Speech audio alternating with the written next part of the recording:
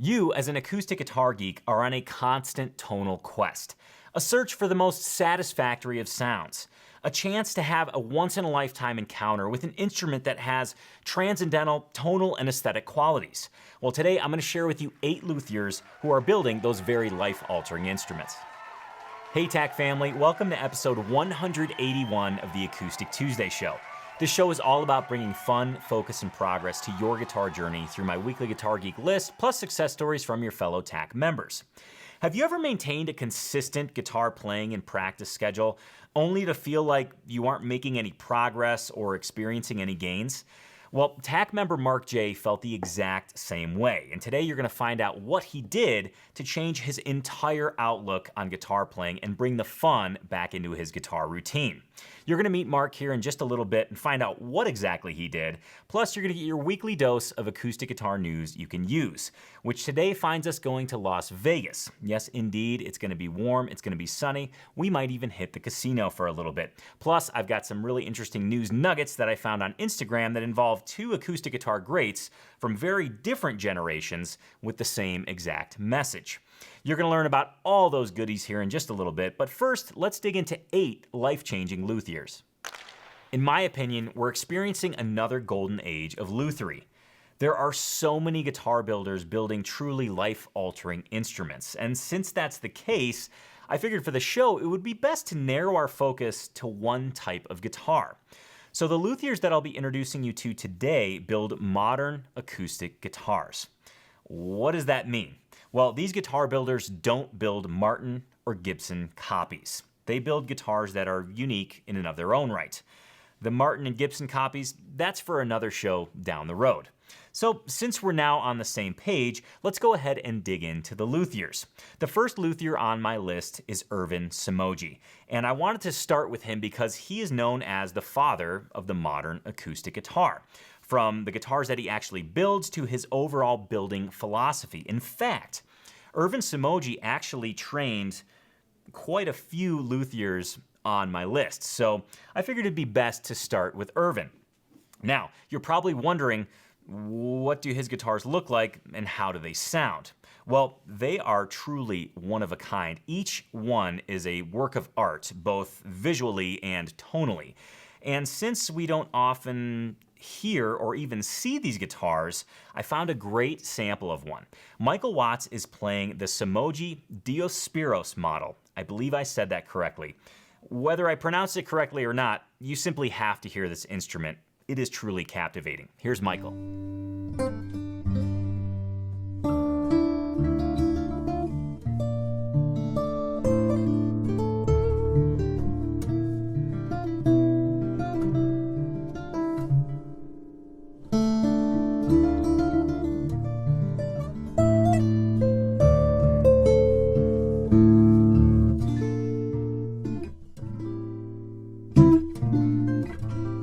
The next life-altering luthier that you need to be acquainted with is Mario Beauregard.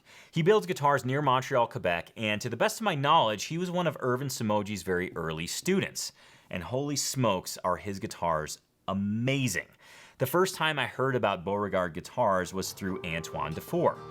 And about 2 or 3 years ago, when he played the Acoustic Life Festival, I actually had a chance to play one of Antoine's guitars. It was my first experience with a Beauregard guitar, and my mind was sufficiently blown. The clarity, the precision, the balance, the responsiveness was truly amazing. And rather than me talk about how the guitar sounds, I want you to hear a Beauregard. And what better person to expose you to a Beauregard guitar than Antoine Dufour? Here he is.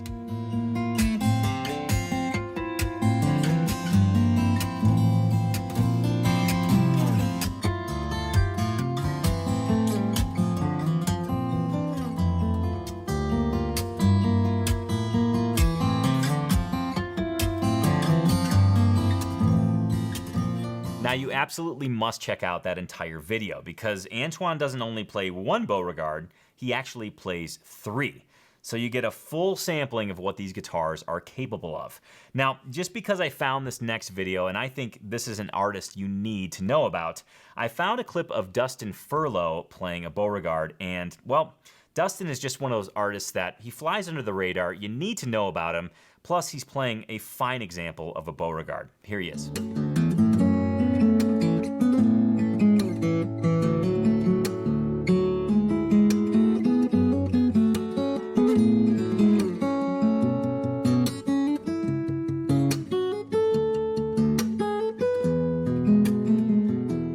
Go ahead and head to Redwood City, California to visit this next luthier, and this luthier was also an apprentice to Ervin Somogyi. I'd like to introduce you to Michihiro Matsuda, and if you want your brain completely exploded, Michi is a luthier that you need to know. You need to go to his website and you need to look at the photo gallery because Michi builds mind-bending instruments. You look at these instruments and you think to yourself, how could somebody come up with this? But he does, and he does it so incredibly well.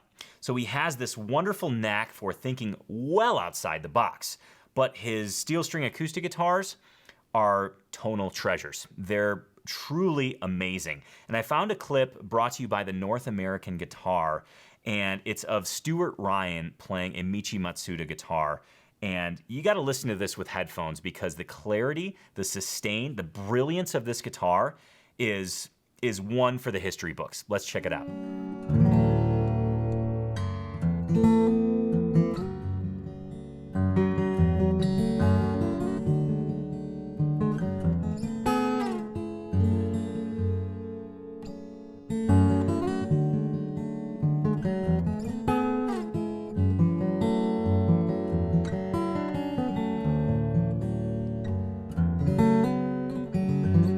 We're going to head on over to Queen Creek, Arizona to visit our next life-changing luthier, Jason Kostal. Jason also apprenticed under Ervin Somogyi, and that is on full display in his work. As a guitar geek, if you get a chance to hear or even lay your eyes upon a Kostal guitar, it's an awesome experience. If you get a chance to play a Kostal guitar, it is a pinnacle guitar geek moment. These guitars are mind-blowingly awesome. And I also have to mention this. Jason Kostal is extremely active in the Guitars for Vets organization. In fact, he was just named to the Guitars for Vets board. So not only does he build these insane guitars, he actually is involved in an incredibly worthy cause. All that being said, let's go ahead and listen to a Kostal guitar. And my good buddy Matt Chalka of Eddie's Guitars is a fine player, and he just so happens to have a great example of a Kostal guitar. Let's have a listen.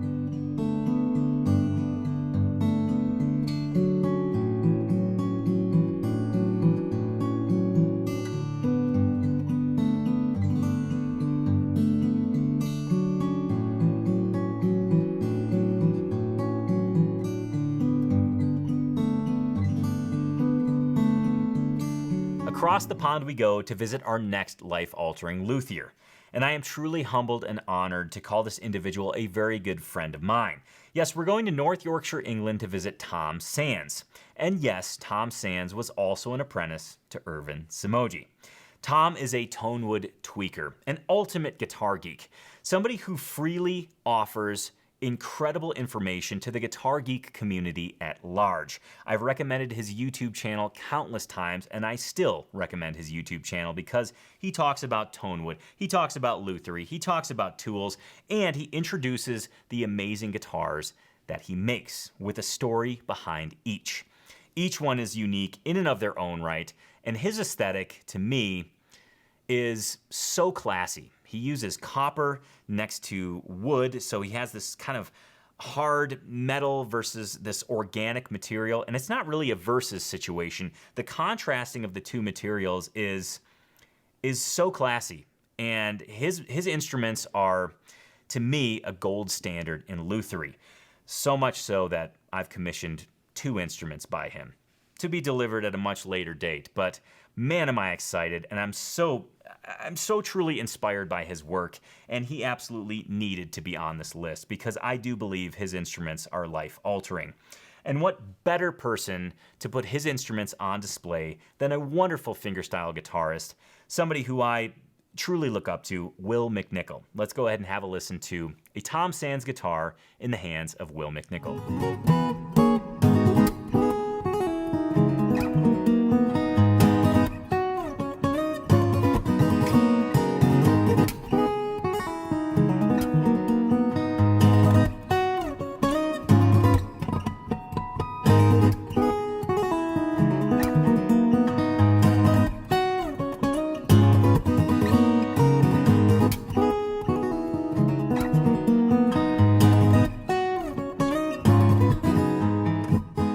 across the pond we go to the Great White North, specifically Montreal, Quebec, to visit Michael Greenfield.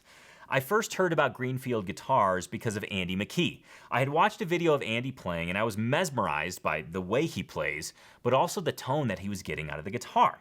I look at the headstock, it's got a G on it. I don't know what that is. I did my digging. Turns out it was a Greenfield guitar. Michael Greenfield makes gold standard guitars. They're the type of acoustic guitars that when you hear them, your hair stands up on end. They're the type of acoustic guitars that quickly become the standard to which you compare every other acoustic guitar. So let's go ahead and hear one. Yes, this is Andy McKee playing a Greenfield acoustic guitar, and just strap yourself in because you are in for a true acoustic experience.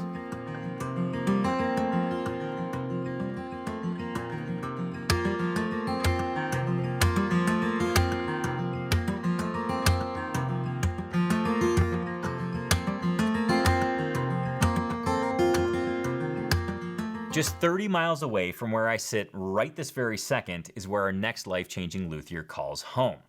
Gage Halland of Halland Guitars. Now, Gage is one of the most nice, humble people I have ever met. And I actually met Gage because of Tom Sands. And in fact, last summer, Gage came by my house, brought a guitar, and we just sat around and shot the breeze for 2 hours. Played guitar, talked about life, talked about guitars. This was the first time I had ever met Gage, and it was literally like having an old friend over at the house. Now, let's talk about Gage's lutherie. His instruments are something to behold. I had looked at pictures of Gage's instruments for quite some time, but to actually sit down and play one of his guitars was a transcendental experience. Now, Gage actually studied under Michael Greenfield, and it certainly shows in his work. But Gage has his own twist. He has his own unique voice, his own unique approach to building acoustic guitars. And it was fascinating to talk to him about that. Now, you might be wondering, what do his guitars sound like? Well, what better person to turn to than one of his artists, an artist that plays Gage Halland's guitars, and that is Amber Russell of Portland, Oregon. So let's go ahead and listen to Amber play a Halland guitar.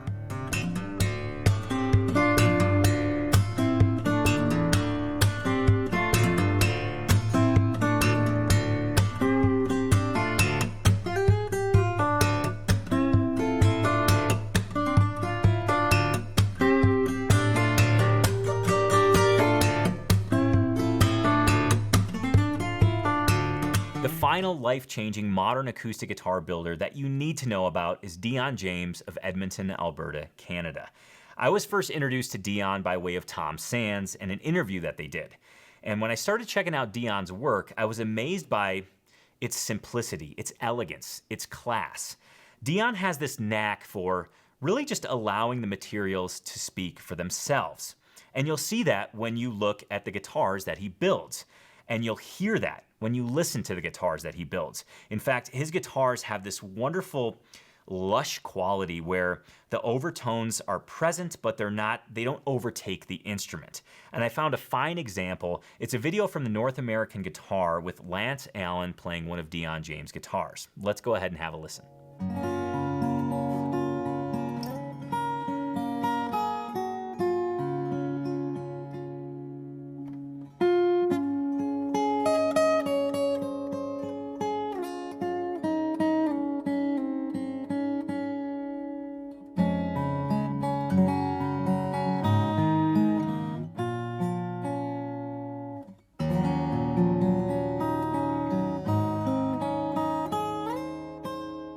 I know for a fact there's more than 8 life-changing luthiers that are building modern acoustic guitars. So Guitar Geeks, it's your chance to speak up. In the comments below, let me know of a luthier who's building a modern style acoustic guitar that's made an impression on you. I can't wait to see what you come up with, and more importantly, I can't wait to see a list of luthiers for all of us Guitar Geeks to check out. I want to shift gears and ask you a question. What happens when you have a bad week of playing guitar? You know, one of those weeks where you have this big list of goals and things you want to accomplish, and you just don't seem to get anything done. And you feel, well, downright bad about it. Well, I'd like to introduce you to TAC member Mark J. He had one of those very weeks, but he pulled through.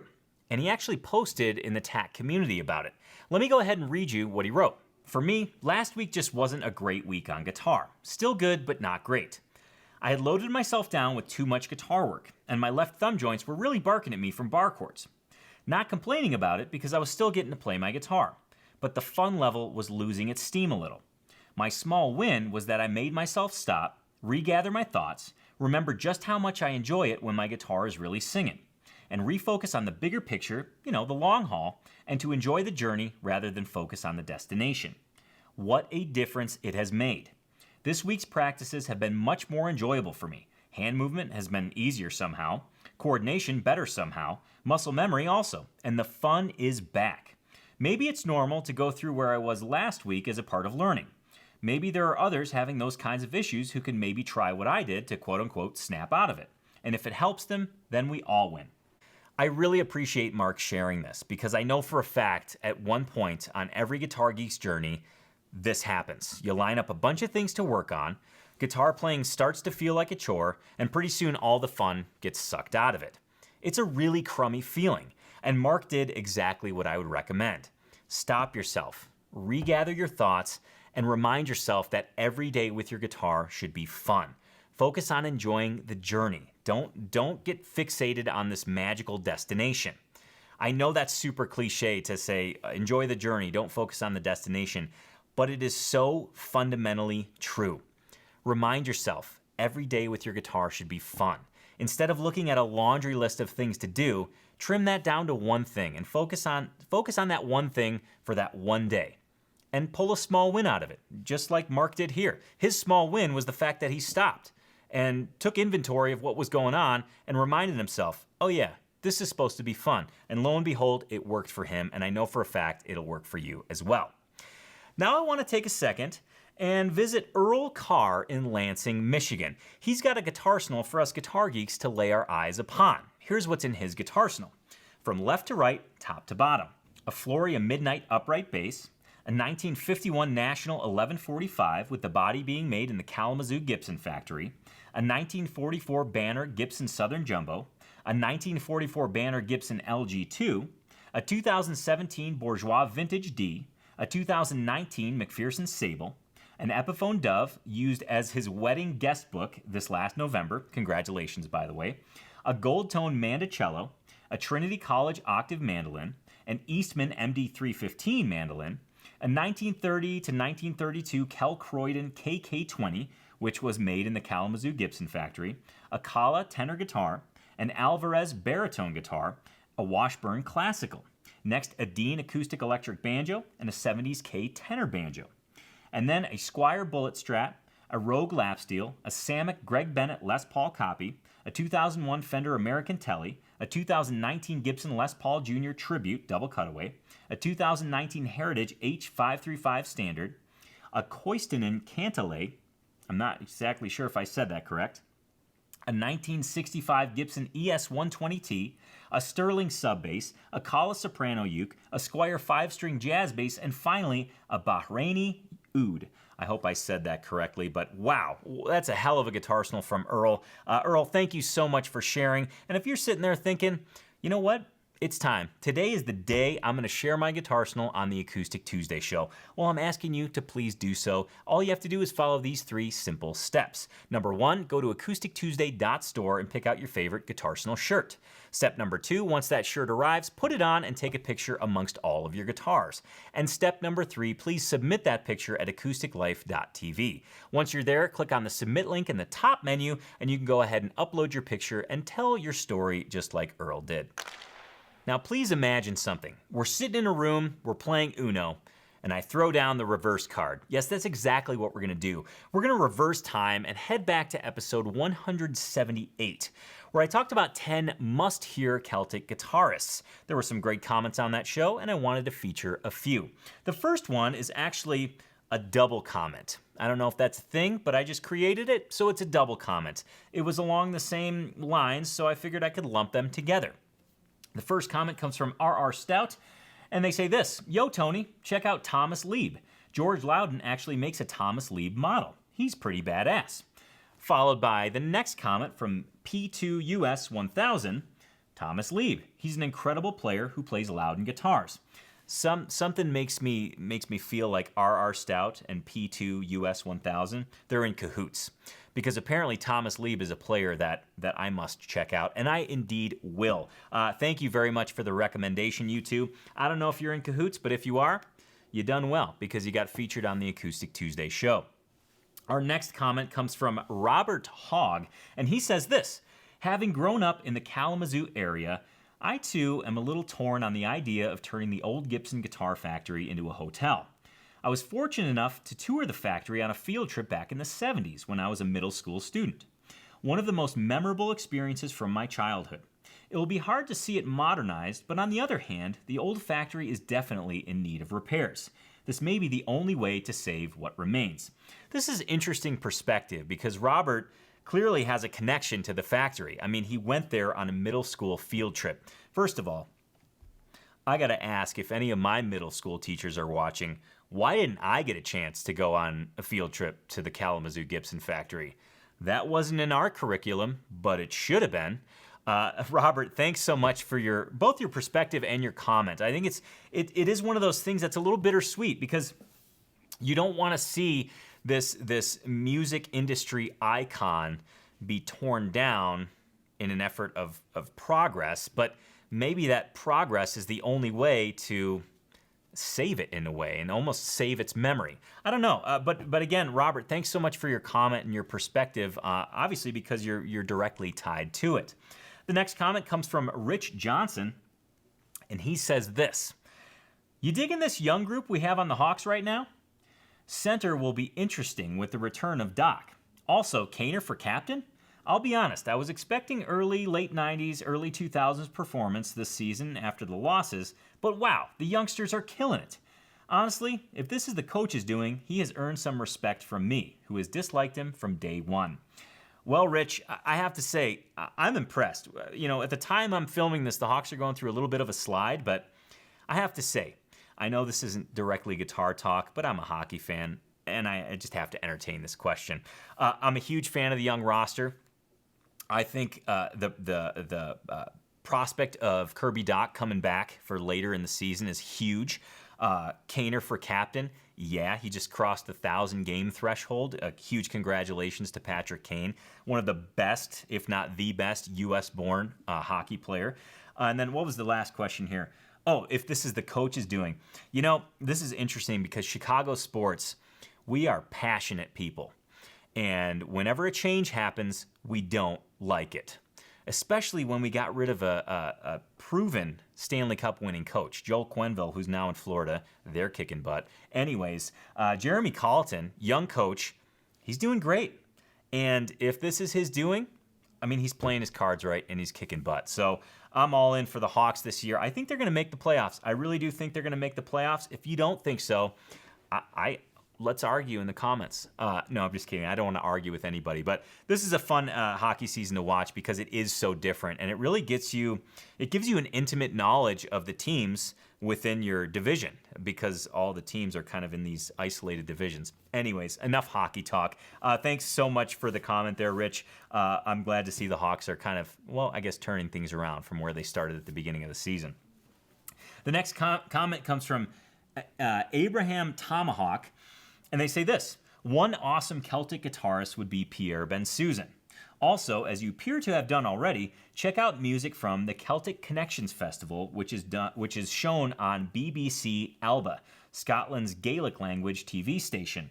What a great recommendation. And one, you know, this is so funny because I've known about Pierre Bensusan for a while, and I've listened to his music, but for some reason, it's never clicked that he was a Celtic guitarist. And then I'm reading your comment, and I'm like, duh, why didn't he make my list? He's actually a phenomenal guitar player and one that I really enjoy. Also, thanks for the tip on the Celtic Connections Festival. Very cool stuff. Really appreciate that. Next comment comes from Lucky Child, and they say this: bro, are you psychic? Yesterday, my best friend was just like, dude, you need to listen to Celtic music. I think this might be a sign. This was such an awesome comment to read. Number one, it just made me laugh.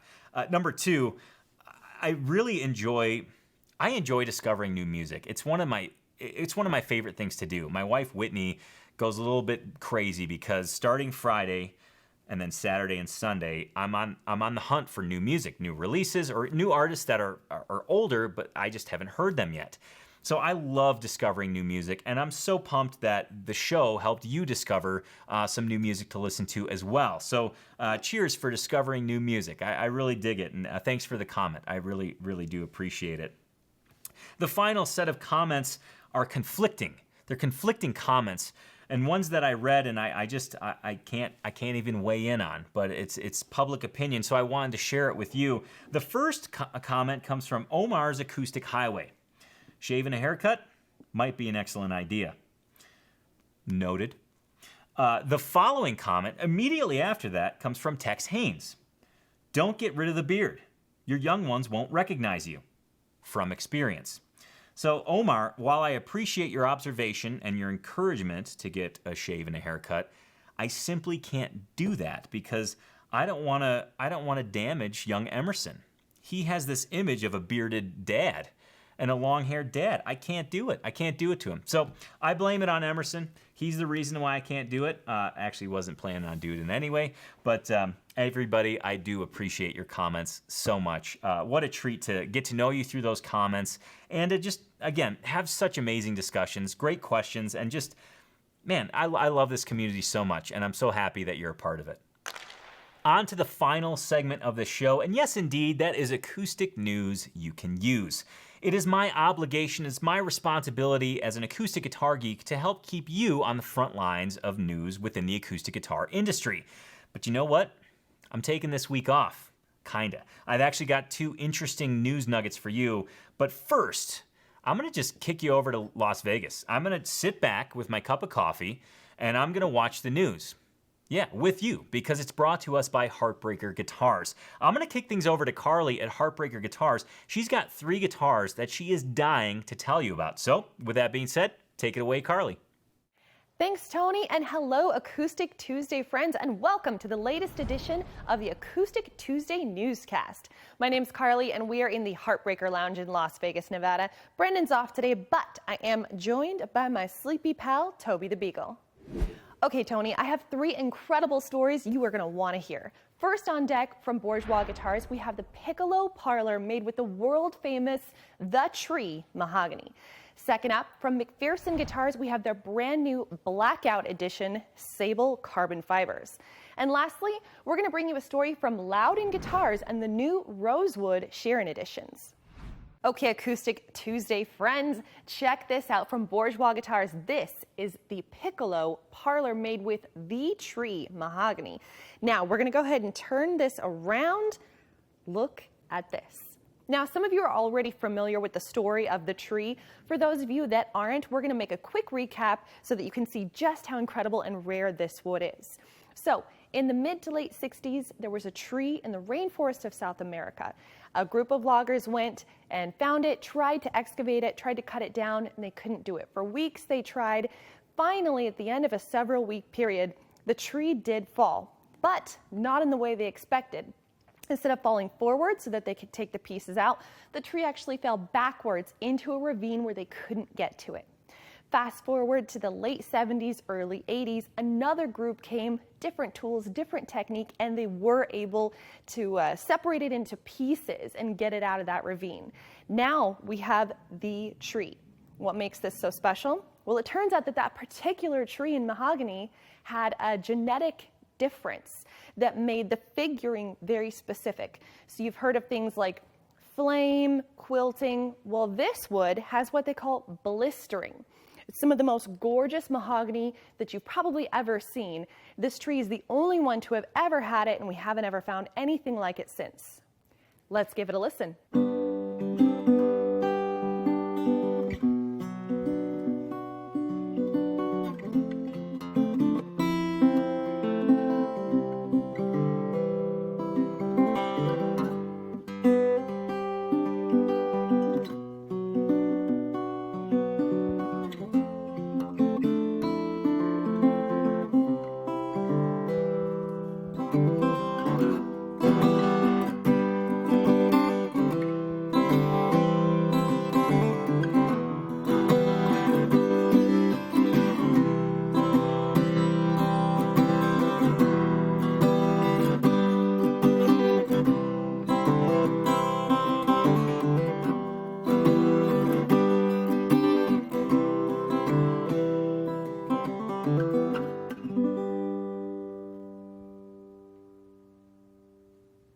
Dana Bourgeois noted that he's had this particular set of the tree mahogany in his shop for so long that he doesn't even remember. He's been saving it for something extra special, which turned out to be this piccolo parlor. Next up for our stories, we have the McPherson Carbon Fiber Sable Blackout Edition. All right, now, Tony, the one in my hand is a basket weave finish, but this blackout edition is available in all three finishes, so basket weave, the original, and the honeycomb. So let's go into what makes this blackout edition special. First, we're going to go up to the McPherson logo here, all black. Turning it around.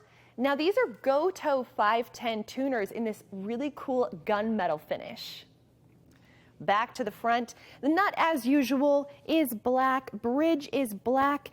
The offset sound hole also surrounded by black.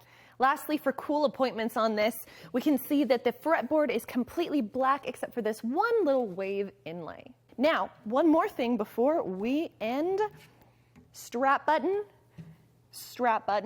Guess what? Black also. Now, does this change the tone at all? No, but for only $150 more, you get all of these really fun embellishments.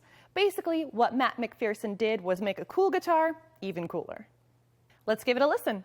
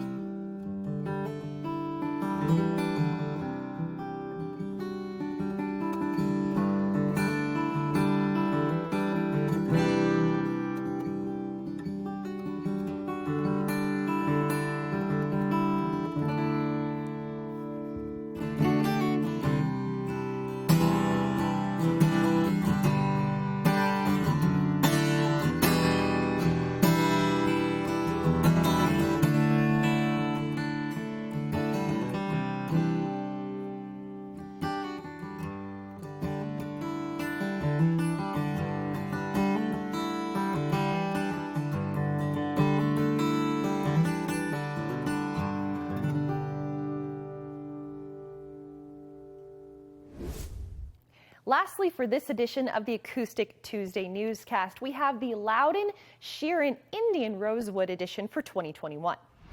Ed Sheeran and Loudon Guitars released their collaboration for the first time at the 2019 NAMM. It was received with rave reviews, and for 2021, they've released the brand new Indian Rosewood edition. For 2021, Loudon and Ed Sheeran have again released two different sizes. The first one is an S size, which is based on the traditional Loudon S guitar. The second is a W size, which is based on the Loudon Wii, which is the size Ed Sheeran generally plays on stage. Why don't we have a quick listen to the W?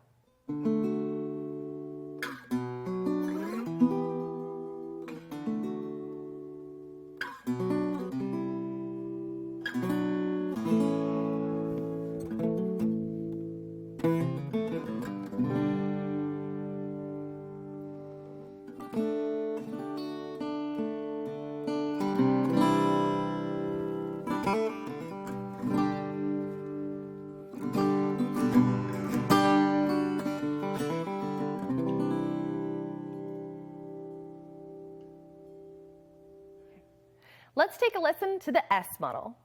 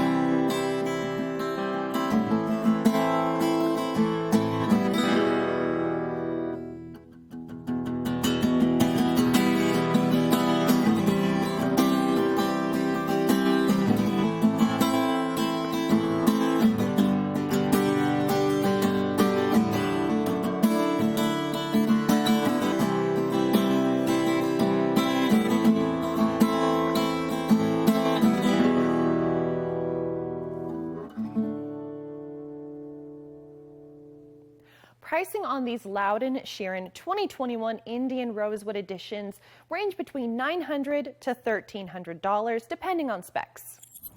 All right, everyone, that's a wrap. Thank you, Tony, and thank you, Acoustic Tuesday friends. This has been Carly and the Heartbreaker Lounge with my pal Toby. Thank you so much for watching, and we'll see you next time.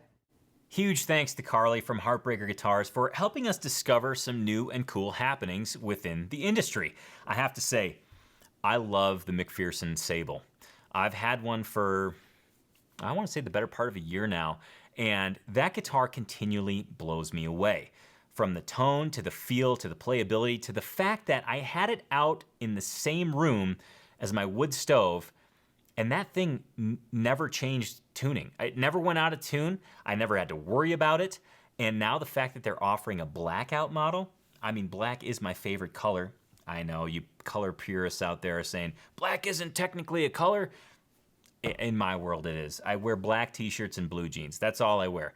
Anyways, the McPherson blackout, the McPherson Sable with the blackout option, I think is darn right cool.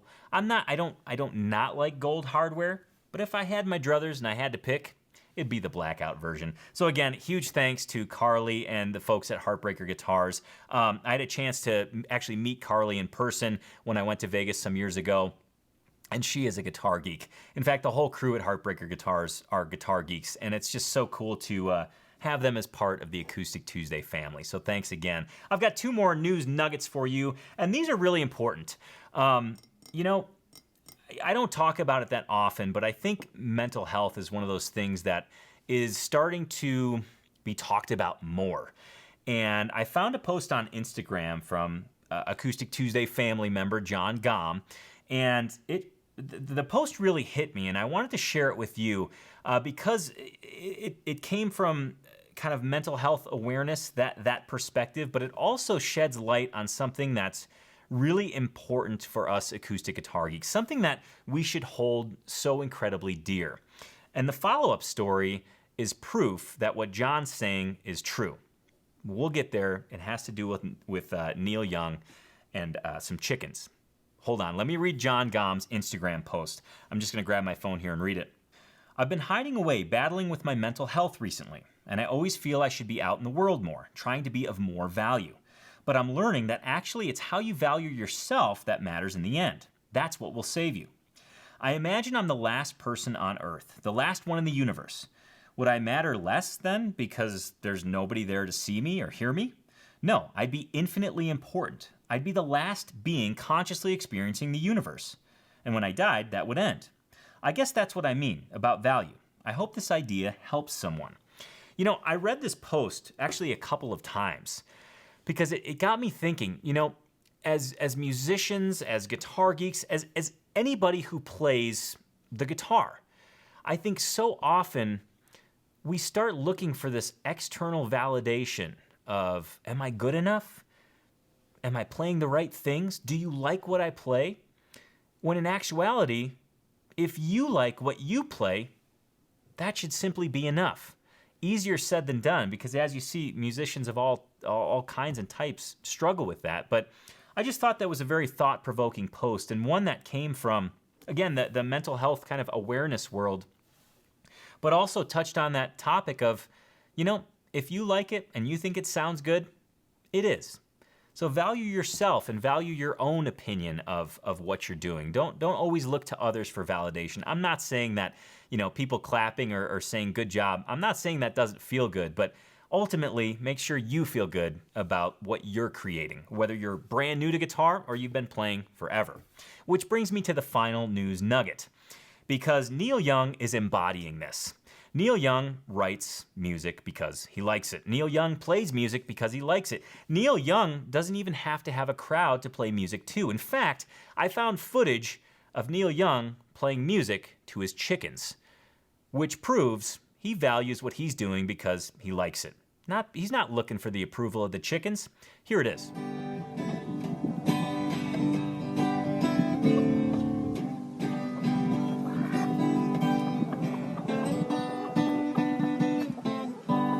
Homegrown's all right with me. Homegrown is the way it should be. Homegrown is Plant that bell and let it ring. I thought that to be a wonderful tie-in. Yes, it's in the funny category, but it just goes to show you could be playing to chickens, and as long as you value what you're doing, as long as you enjoy what you're doing, it doesn't matter, especially when it comes to music and guitar playing. And on that note, I think it's a great time to wrap up the Acoustic Tuesday show. But first, let's take a sneak peek into next week. Next week, we'll be having a guitar technique tune-up. Yes, we're going to look at fretting, and we're going to make sure that you're doing it correctly. Make sure that you're checking all of the boxes when you simply fret your guitar. There's more to it than you might actually realize. Yes, that's all happening next week on the Acoustic Tuesday show. And remember, you can catch Acoustic Tuesday every single Tuesday at 10 a.m. here on YouTube. I want to thank you so much for joining me today. I want to thank you for being a guitar geek. And remember, your guitar progress, your guitar success, however you define it, is directly related to your guitar routine. So make sure to invest the time in your guitar routine and have fun every day you play. Thanks again for joining me today. Cheers to you. Guitar Geeks Unite.